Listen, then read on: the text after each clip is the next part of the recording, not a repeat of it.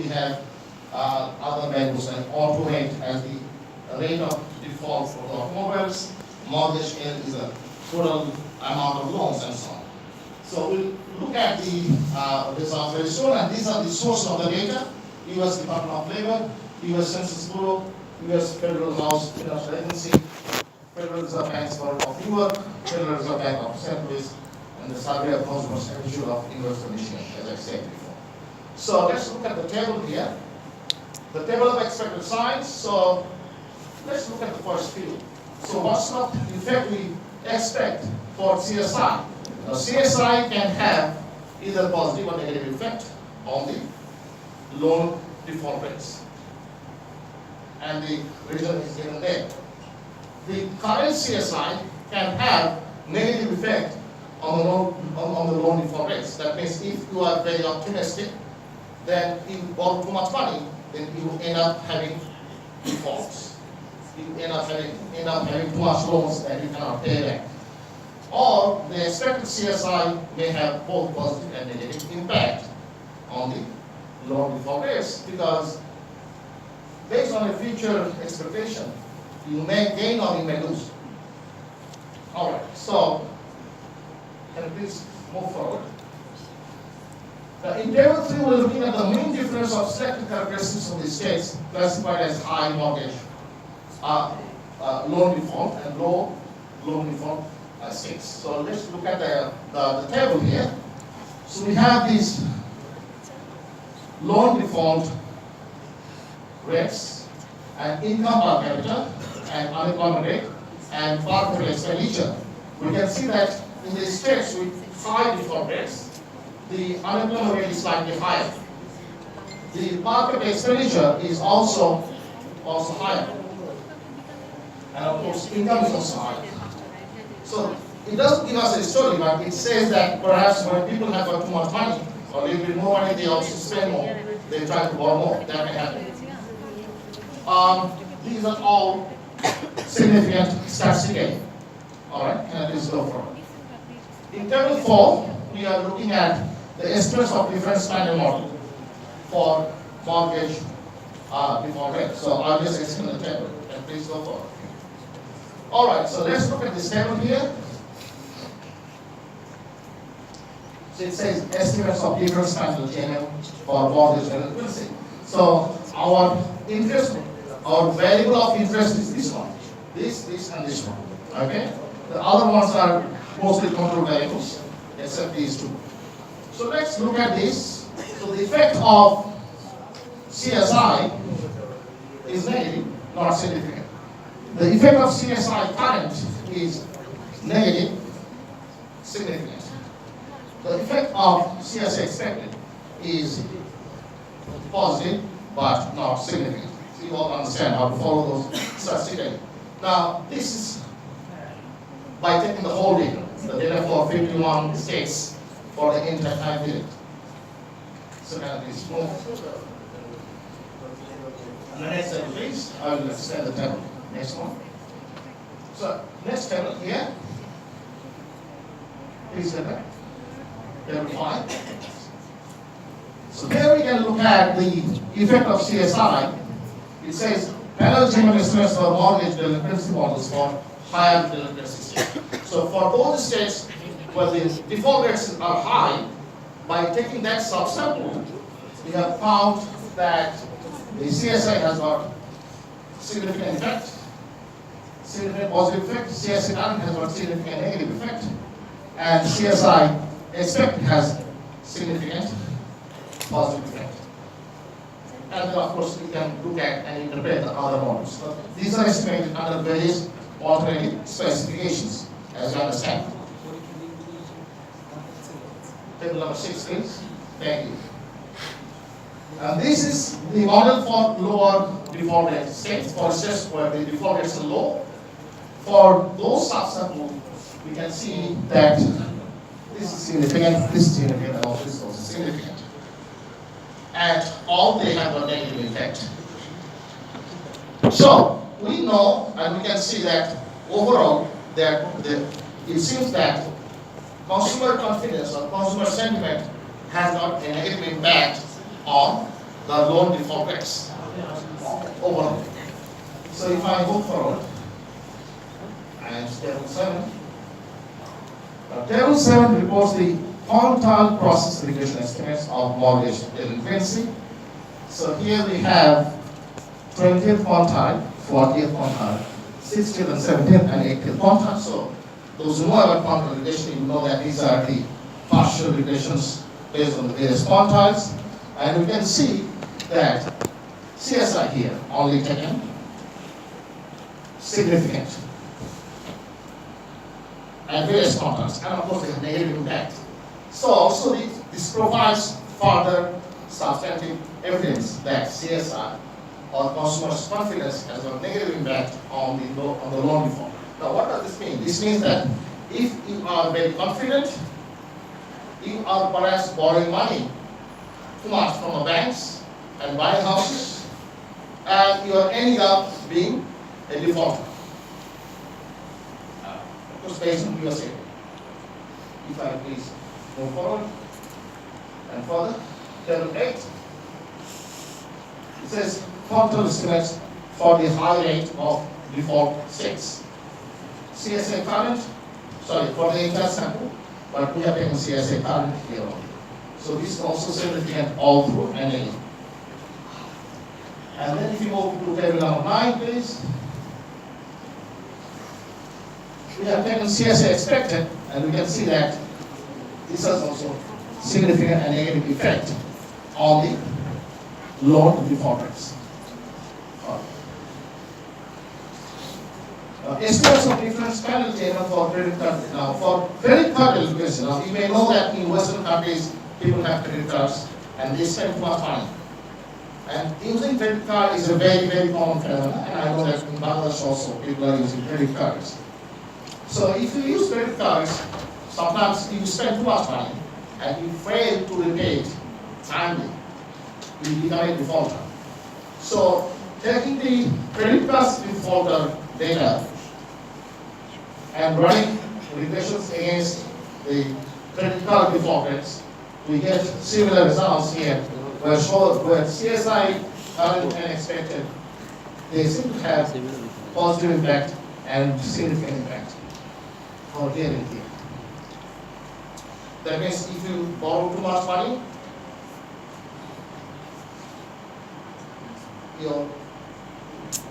if you are highly optimistic, your default rate goes up, and so on. As we go forward, table number 11, please. Further. Now, this is for loans that we take for buying cars. Okay, so you buy a car for 30 lakhs taka, you borrow from banks 25 lakhs taka, and you fail to repay the money back. So what happens? Why that may happen? So, if you expect that you will not lose your job, your income is continuous, you are happy with your current situation, so you borrow money from a bank, and then suddenly you find that you can't repay the money back. Yeah. So, these have negative here. So that means that if you're too much optimistic, your default rate may go down instead, even better off, and vice versa for expected. So if we move forward, I will summarize. And for the robustness check, we have got some additional values. Now, in this estimation, we have got some additional values here, and to check robustness. Now, what this means is this: whatever estimations we have provided, we want to show that our estimations are consistent and they are reliable. So here we can see that the CSI has got negative impact, and it has a negative impact, it has a negative impact, and significant also. So with the robustness check, we have got similar results as before. So that shows some consistency. So if we move forward, and there was a graph there. So I just look at the conclusions here. So in the conclusion, we are saying that consumer sentiment and expectations have important bearing on income and output. So that is how we know that. However, we did not know that consumer sentiment can also affect on your financial condition, and that means whether you default on your loans. And we find that may happen. So if you borrow money for buying your house, you may end up being a defaulter, or you may end up being a gainer if your house price goes up. If you borrow money for buying a car, you may end up being a defaulter, or sometimes you may not be a defaulter, but your car will not go up in value anyway. So, and the same applies for credit cards. So what happens if you go forward? So what happens for consumers? Consumers need to be careful about how they are choosing and how they are deciding about their financial decisions. So if a bank comes to you with the offer of loan, you should not take the loan right away, because you must decide about what will happen and try to be as practical as possible. So if I just read very quickly, we show that improved current consumer sentiment reduces mortgage delinquency, and vice versa for both high and low default states. And implicit in this finding is the apparently excessive and inappropriate expansion of mortgage. So if the banks are providing too much loans, that will not be helpful. Consumers should not just run after loans just because the loans are being available. You may be trapped within that cycle. So Bangladesh is not affected because in Bangladesh the loan rate the interest rate is very high, and taking loan is not a very popular option for most of us. Because nobody wants to pay a 13 or 14% rate of interest. But what happens if the banks tell you that we are reducing the interest rate to 4%, and you can buy cars? Many of you will run, or many of you will run to buy houses. If the interest rate goes down to 3% or 3.5%. But the idea is, if you can move forward, that even doing that may not be wise unless you can take a correct decision about what's going to happen after you borrow the money. Will you have the ability to pay the money back, first thing? Or will you have the value of the property go up so that you can gain, and you can sell the house and make a capital gain, repay the bank loan? Still you have some margin, the difference between loan and the actual price you get by selling your house. So those decisions need to be taken very carefully. In Bangladesh, we have not come across such a scenario yet, but in future, we may. Next slide, please. So that's the end, basically. Some implications. So there are some important implications of the results. As I said, there seems to be a clear opportunity to reap the benefits of increased consumer confidence in the US states, and especially in the states with lower default rates. Even these measures can be taken to boost consumer confidence in appropriate public and private initiatives. So if we can boost consumer confidence, that may help the economy, and that may benefit. Because with higher consumer confidence, the value of property will not go down, and the economy will work. In states with higher mortgage default rates, conservative approach needs to be taken to prevent over-optimism, as far as results show. But that's what US data. Conservative approach needs to be taken to subside expected consumer sentiment in order to control mortgage, credit card, and automobile loan defaults. So basically, if, as I say, if you can get loans, but if you are not confident about the economy, you may be in trouble. So you have to take conservative approach at a personal level and also at a social level.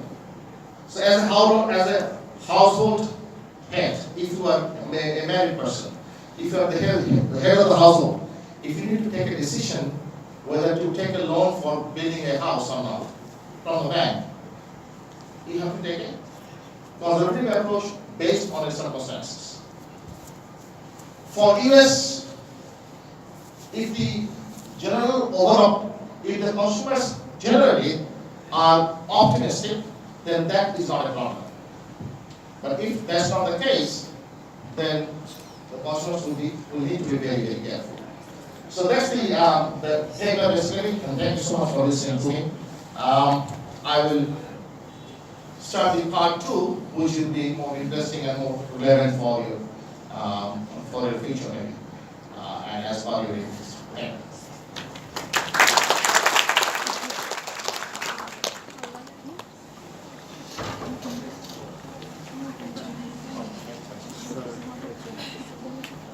Thank you. Thank you everyone for listening to this topic. I think this topic is relatively advanced for my undergraduate students. We have got 2 courses in econometrics, one in econometrics 1 and econometrics 2, So general method of modeling is an advanced idea which is not taught by us in your department. So this thinking is relatively advanced for my students of my department, but I have got my colleagues here who can ask any questions to honorable keynote speaker. I think our colleague Vijay sir, who has gotten his master's degree from University of USA, he is interested to ask questions to the speaker. So sir, you are invited to ask the question. Thank you. Actually, it's not a question at all. Actually, it's my query to learning for me. In this case of the several places you explain the examples of USA, if we, I don't use this microphone, I think it's enough for me. In the case of our country, there is a perspective is different like that. You're giving the example selling the houses in the USA. In this case of competition, in the case of the increasing the consumers or decreasing the consumers, the price bill will decrease or increases. I think in our country, the scenario is fully different because there are some pressures, the political pressures, there are leader pressures, the local pressures is available here. In this case of the selling of the houses by this bank in the local people, they created some syndicate, 5 or 4 people come together, they give the auction to this bank or participate in the bid. So in this case of selling these houses, it may be the price of 5 or 6 crores the houses, but in this case of the offer the auctions, the bidders bid the maximum of 5 lakh or 50 lakhs is much more less amount, So in this case, in our country, I think it's different than US perspectives. So and in the case of the another thing, I think in our country it's similar to the USA in the case of rumor. You give the examples in the strategic default. Do you mean the unwillingness to pay? Yes, it could be unwillingness to pay because of various reasons. The people may think that the house may not be worth. Yeah. So yeah, I mean sometimes strategic default is very difficult to explain why a person who took the loan may decide not to pay the loan. Okay. Although his ability is not affected, he has his job, his income is still consistent. But it may be because of strategy. So that's why it's called strategy default, because everyone has his own strategy about future and about his financial planning. That's all. Okay. So it's not at all the unwillingness to pay by the borrowers, So it's not at all the unwillingness to pay by the borrowers. Because I talking about that, or I am telling that in this case of the unwillingness to pay by the borrowers, it depends on the characteristics of the borrowers, So in this USA perspectives, do you think any comments or any ingredients or any scope to assess the characteristics of the borrowers before giving the loan to the borrowers? Because characteristics is a subjective matter, it depends. So I cannot assess the consumers before giving this loan. So in this case of a country, before giving this loan, we collect the information from the central bank, the CIB information. So credit information bureau. Only based on this information, most of the bank take the decision to give the loan. But in this case of the willingness or measure the characteristics of this borrower, we never think about the political or local biasness of the borrowers. So I think in our country and US perspective, it's different like that. So, so do you think there is any options to measure the characteristics in the US perspectives? Yeah, I mean, you're right. When the banks decide to give loan to a particular applicant, Okay. in Bangladesh, the loan disbursement process is very, very different. You know that lots of banks have highly classified amounts of loans. The loans which will never be paid back. Yeah, And you know how those loans are given. yeah. So that's a very different scenario in Bangladesh. Yeah. But normally what happens in the developed world is, Okay. when there is an applicant applying for a loan, the banks go through a rigorous check process Okay. of the applicant. Okay. The banks check the applicant's past history of borrowing and repaying, the Okay. applicant's job, whether the job is secure, whether the applicant has got a permanent continuous flow of income, whether the applicant has got a big family to maintain, and what sort of expenditure pattern he has. Okay. So the applicant may have to fill a long questionnaire long set of questions, basically, Okay. which are given by the bank. And the more rigorous the process is, before the decision is taken to give the loan, the better is the chance of the repayment. Okay. Yeah. For US, however, from the year 2000 to 2006, that was not the case. The loan disbursement process was very, very flexible. I want to share a case in the case of credit card. To give some examples in the case of credit card, I used the 5 or 6 credit cards in USA in the last 2 years. So in this case, you can ask me how can I get this lots of cards in the time of short period. I have only the SSN, only the social security number, and I have some income from this university. So rather than this, I have the income there. But my bank balance is it's much more than the students. I credit some money from my spouse who lived in the UK at the time of the time, and some credit time from this Bangladesh. So in the case of the sanctioning the credit card, they never assess the customers without providing some information, something like that. What is the yearly income of you? What's your profession? How long you are living here? Something like that. After giving this information, within 10 or 30 seconds, they reply you are accepted or you are allowed for getting this card. So in this case, how you assess the customers actually here? So in the case, I use the 5 or 6 credit cards, and by getting the sum, if I get the new card, the provider give me some dollars. It may be the $200 or $300 at the time of getting the new card. So it's the opportunity to get the new card for me. Because if I use the $500 or $1,000, then I can get the extra $200 or $300 extra for me. So what do you think? Is the right way or wrong way? It's the wrong way. I mean, if you go to a bank and the bank gives you credit cards, 5 credit cards, should you take it? The answer is no.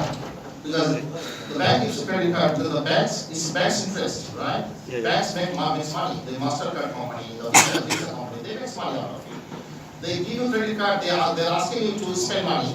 And the interest rate in credit card is very high, 19 to 20%, Yeah. almost 19%. And the consumers don't realize it. They just think, oh, I can buy things but just by swapping this card. It's so easy. And when the bill comes, they realize it's a loss that he has spent, say, $15,000 or $20,000 in the last month. And the credit card with a high rate of interest, actually the actual amount of loan accumulates very quickly, and it becomes very burdensome, very difficult for how those to repay. So those loan giving systems, the credit cards should not be taken, or there should be a proper checking system before they give the credit card to a person. But the US economy was not that. I mean, they were issuing credit cards to foreign students without checking the background and whether. I have heard stories like people are going there and getting credit cards and coming back to Bangladesh or coming back to their respective countries without paying the money. Yeah. But it's not their fault. It's the fault of the bank. It's not for me only. It's the common phenomenon of these citizens of the USA. If they're sanctioning the credit cards, they never check any information of the borrowers. They always try to give the credit cards. They That's always what we really had. about the That's what credit. we had the GFCs. But In their the perception is fully different. They're never concerned about the default rate in the case of credit card. because they always try to give this card, and they always try to utilize this amount because they believe the consumers they never default this amount of the credit card because the sanctioned amount very poor. It may be the $5,000 or $10,000, or in the case of the higher income people, it may be the $20,000 or $30,000. So their perception is that amount is very negligible. So our default rate is very few. Consumer is better. So go forward. Like Yeah, that. but that's not the right way. So and a last query for me, actually, in this case of rumor. So do you believe in the rumor in the banking sector? What's the name? Okay. In the case of subprime mortgage, you give the examples when the bank sell their houses, go to the market, so they do not get the opportunity to sell these houses because there is no amount of these consumers to purchase these houses at the time of the crisis, financial crisis. So do you think it's one kind of rumors of these borrowers or the bankers? Do you get these? It's the consumer's perception. It's the perception. Because if you don't want to pay high price for a house, it's because your demand is low. I mean, you just don't need it anymore. And that may be due to various factors. Like suppose in a particular area, in crucial area, people start losing their job. What will happen? What will happen to the house prices? As an economist, what do you think? If people start losing their job, the house prices will go down, assuming that the buyers are from here. Yeah. Or if they think that they are going to lose their jobs or something is going to happen, something bad is going to happen to them, still house prices will go down. Okay. And the same will happen to investment as well. So, lots of issues there. I mean, international transactions, when the exchange rate is going down, say, lack of confidence among the consumers, all these factors may affect the value to go down. But the problem is, once it is starting from one corner of the society or the economy, it can soon capture the other sectors. Yeah. If that happens, then we have a crisis Yeah. like TFC. Yeah. And then the value cannot be recovered. The banks become bankrupt themselves because they can't get the value, because they can't. If a bank has given a loan of $200,000 to buy a house, Okay. and the person who bought the house now says that I can't repay the loan anymore, Okay. so the bank gets the house and tries to sell it, Okay. and the bank can get only $5,000. Nobody wants to buy it. Yeah. In the US, there were houses which were being sold for the price of $25,000 only. Right? $25,000, $30,000 cheap deal in TFC. Yeah. Yeah, so consumers, consumer confidence, investors, they all play a role behind this. I share some information about you. It may be the last 6 or 7 months, there is some turmoil situation between the US and China about the trade war. So before starting the trade war, I followed the share market stock exchange in the USA. Their share prices is very high at this time before starting the trade war. But at the time of trade war, the share price declining. Most of the share prices, in our country, we're talking about the blue chip shares, about the Microsoft, Apple, Amazon. So most of the companies, they are the market cap more than the $1 trillion. But after the 2 or 3 months, their market cap reduced to it may be the 60% or it may be the 50%. So the purchaser of the investor of the share prices, they always think about that. At the time of the trade war, they lost their confidence on the USA government. They lost their confidence on this company because most of these companies invest in China. So I think rumor works in US also, not all of our countries. And it's much more effect. In the case of the financial crisis, I think rumors help them to reduce their financial conditions at the time. Because all these people, in this case of US citizens, they always believe on the speech of their supreme, their president, their government's authority. But if they do not get any information from them, they lost their confidence. They never invest any amount of money. So that means what will affect your confidence as a consumer in rumors or information? Some of the information are not true. That's why they are rumors. Some of the information may be true or maybe business. But people may lose confidence. If that is going to happen for everywhere, the economy will suffer. So what's the solution? Maybe you should perhaps make a rational decision, rational expectation. Should I lose my confidence based on just a published news by a tabloid magazine or something? Yeah. Maybe the answer is no. I should not trust that news that much, and I should not lose my confidence. I should take a decision after I make a rational. So this is what is called. I have to take an informed decision. I get the information from authenticated sources, and then only I take a decision that I should not go for this investment, or I should go for it. Okay. Yeah, so that's important. Yeah. Now, Bangladesh economy is not suffering from this. I mean, during GFC event, I don't think Bangladesh economy is suffering. No. Because we have a big Yes. cost base here. But things may change in the future. Yeah. And we may head towards Allah may Allah forbid, towards a recession in future, Yeah. in 10 or 15 years' time. Okay. Can I go to now? And, Okay. Thank you for the Thank you so much. Actually, I apologize for the big time. Thank you so much for attending.